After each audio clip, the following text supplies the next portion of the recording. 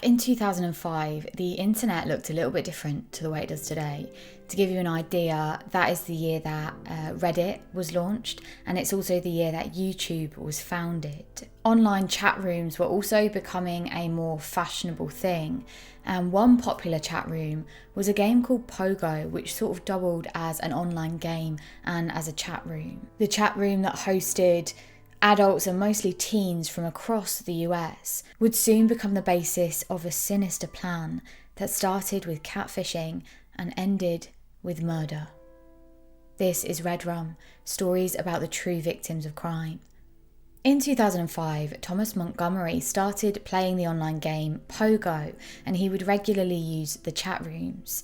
His username was Marine Sniper, and when he was on the chat rooms, he would introduce himself as Tommy and say that he was an 18-year-old Marine. But in reality, Thomas was a 46-year-old man. He had 2 children, and he was married to a woman called Cindy, and by all accounts, he had a happy marriage and a happy family life. The young Marine he was portraying himself as was actually based on him from when he was younger. When he was in his late teens and early 20s, he spent 6 years in the Marines. Thomas would speak to numerous players throughout his time in the chat room, and one day, whilst he was chatting away, he came across a person who went by the username Tall Hot Blonde.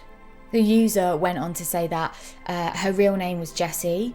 She was 18 years old and she was in college and she played softball. And Thomas, of course, using the account, pretending that he was 18, said that to Jesse, said that his name was Tommy, and he said he was actually using his dad's account on Pogo. The pair started speaking, and eventually the conversations became daily. They would become more and more frequent, and they progressed to flirting and even more romantic messages. The pair even began exchanging photos, and Thomas would send Jesse photos of him from his younger years, back when he was in his early 20s, so some of those were sort of 26 years ago. They also exchanged phone numbers, and they moved the conversation offline, so they would text each other, but mostly they would call each other, and sometimes they even wrote letters. One time, Jesse actually sent him some of her underwear. They started speaking about how deeply they felt for one another, and Jessie told Tommy that she was in love with him, and Tommy said he felt the same.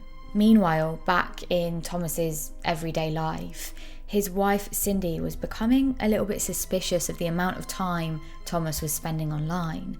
This is back in 2005, so it wasn't normal to spend a lot of time online. Most people would spend a few minutes, if that. No one tended to spend hours and hours, but Thomas was doing that. Cindy would even try and engage in conversation with Thomas, but he would shoo her away, saying that she needed to leave him alone until he was done, and then he'd come and find her. He was becoming obsessed with being online. And during this time, obviously, he was still talking to Jessie. That was his main reason for going online. And at one point, he said to her that he had to go away for work with his work in the Marines, and that his dad would be using his account. And during that time, Tommy's dad, so Thomas, started to actually speak to Jessie, and he tried to convince her to break things off with Tommy, but she wouldn't do that. She said that she was utterly devoted to him and really in love. After this back and forth letter writing and emailing and texting had gone on for almost a year, Jessie asked Tommy how serious he was about her, and he said he was very serious. So much so, he asked her to marry him, and she said yes. It wasn't long after that, however, that one of Thomas's daughters, one of his young children, was using his computer, and up popped a message from Jessie. Now, she read this and saw immediately what it alluded to. It was clear that her dad was having an affair with someone he'd met online.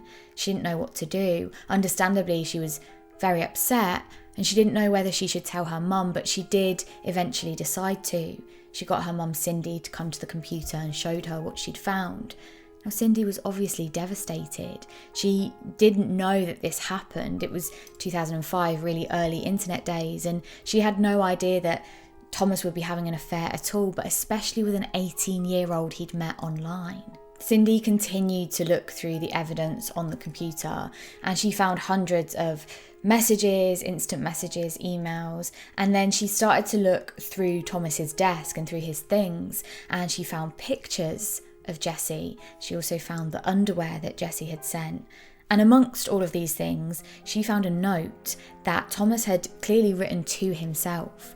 And that note said, quote, "On January 2nd, 2006, Tom Montgomery, 46 years old, ceases to exist and is replaced by an 18-year-old battle-scarred Marine. He is moving to West Virginia to be with the love of his life." Cindy was horrified. She opened up Thomas's computer again, opened up his emails, and she actually managed to find Jessie's address. And then she wrote Jessie a letter, and in that letter she attached a family photo of herself, Thomas, and their 2 daughters. Quote, "Let me introduce you to these people. The man in the centre is Tom, my husband since 1989. He is 46 years old. Do not trust words on a computer. Let this go. You will only be hurt by a man who has mastered the art of manipulation and lies." As soon as Jessie got that letter, she messaged Tommy and she said that she hated him. She could never forgive him for what he'd done. And she said that because of what he'd done, because of the age difference, he should go to prison. After this revelation, Jessie became sort of obsessed with Tommy. The pair had been talking almost every day for the last year, and they built up some kind of relationship.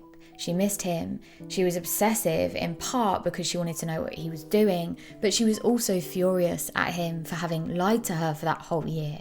Not only was she angry, but she also was a bit confused.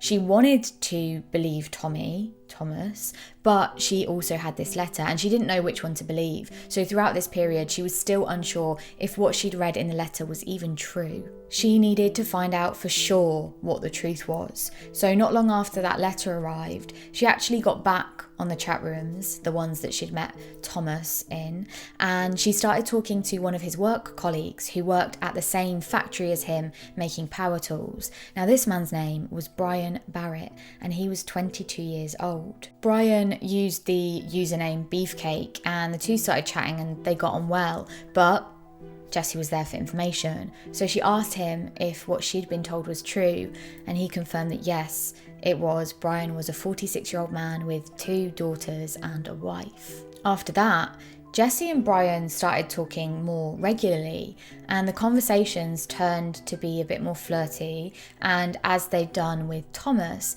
they now started to be a bit more romantic. The two connected, they had a lot to talk about and they had a lot in common. Some of this was done in private chat rooms on private messaging services, but a lot of it was still done in those chat rooms. So he could see a lot of this going on between Brian and Jessie.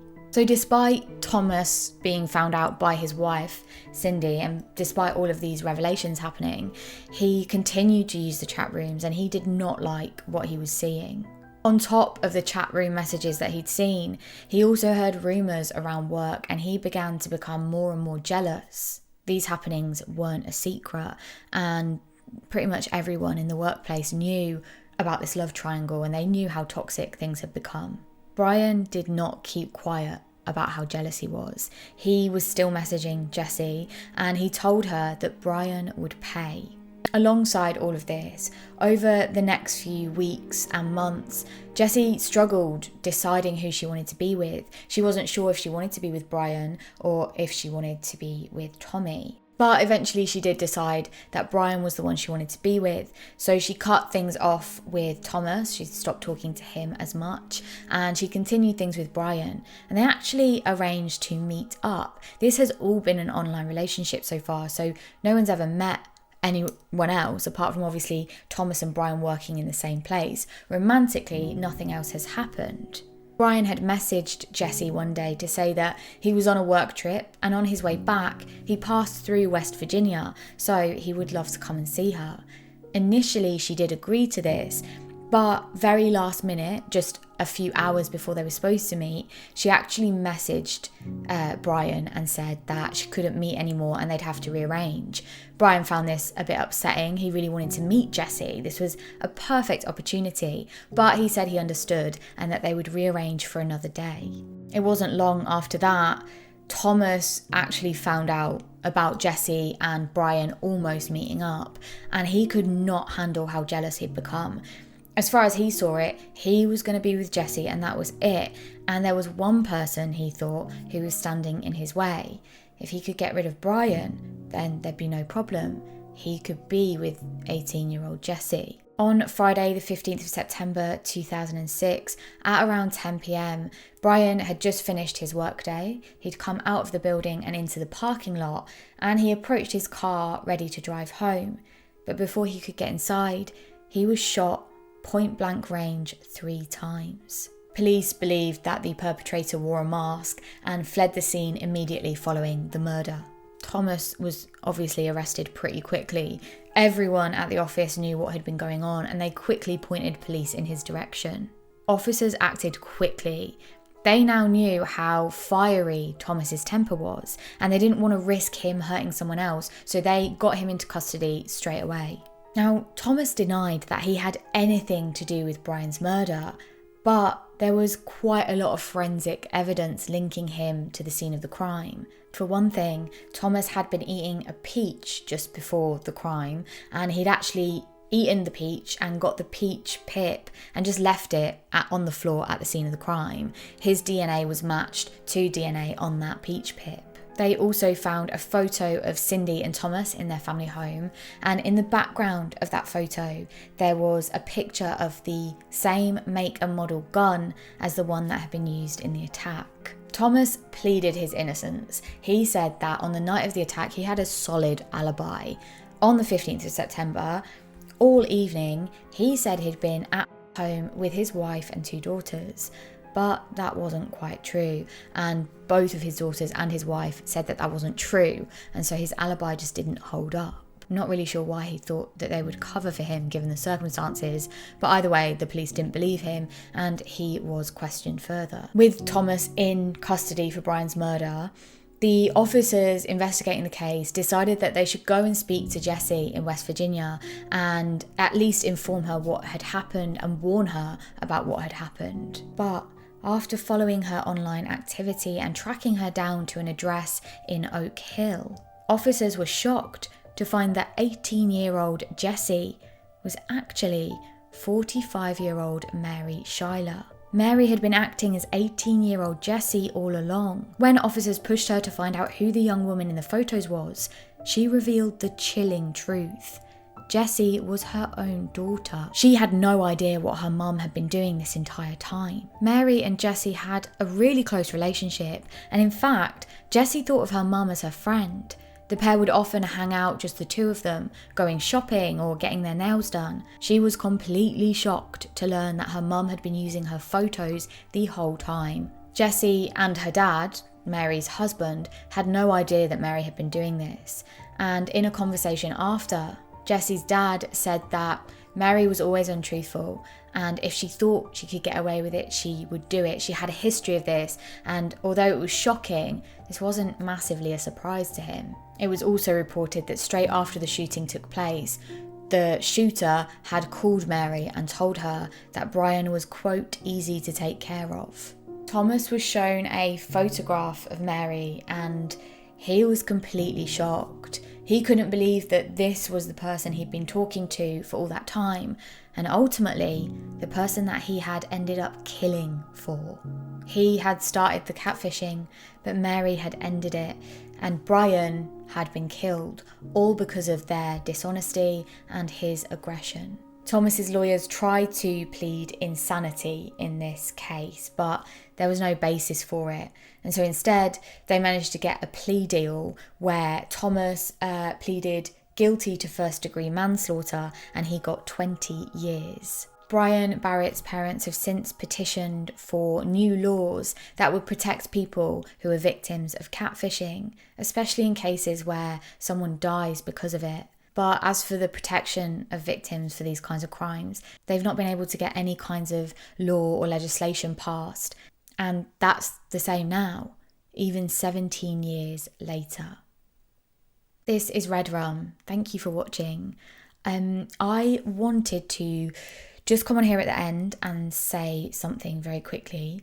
If you are in the UK, maybe if you're not, you might have heard Nottingham was subject to some horrific attacks last week. 2 students were walking home from a night out, Barnaby and Grace, and they were both stabbed to death by this man, this assailant. And then he went on to steal a van, and the person in that van, Ian, he also stabbed him and then stole his van and ran over 3 other people. Grace, Barnaby and Ian all sadly passed away from that attack. And there's been lots of vigils and remembrance services going on over the last week, and as you can tell, it's been incredibly emotional. And I just wanted to express my deepest condolences and thoughts for the families of Grace, Barnaby and Ian, and also say I've got a little bit of an audience here, and I appreciate you all so much watching these videos. I'm going to leave a link to the fundraiser that's been set up in the show notes below. If you have any spare pennies, please consider donating to that cause and donating to Ian, Grace and Barnaby's memories. Thank you.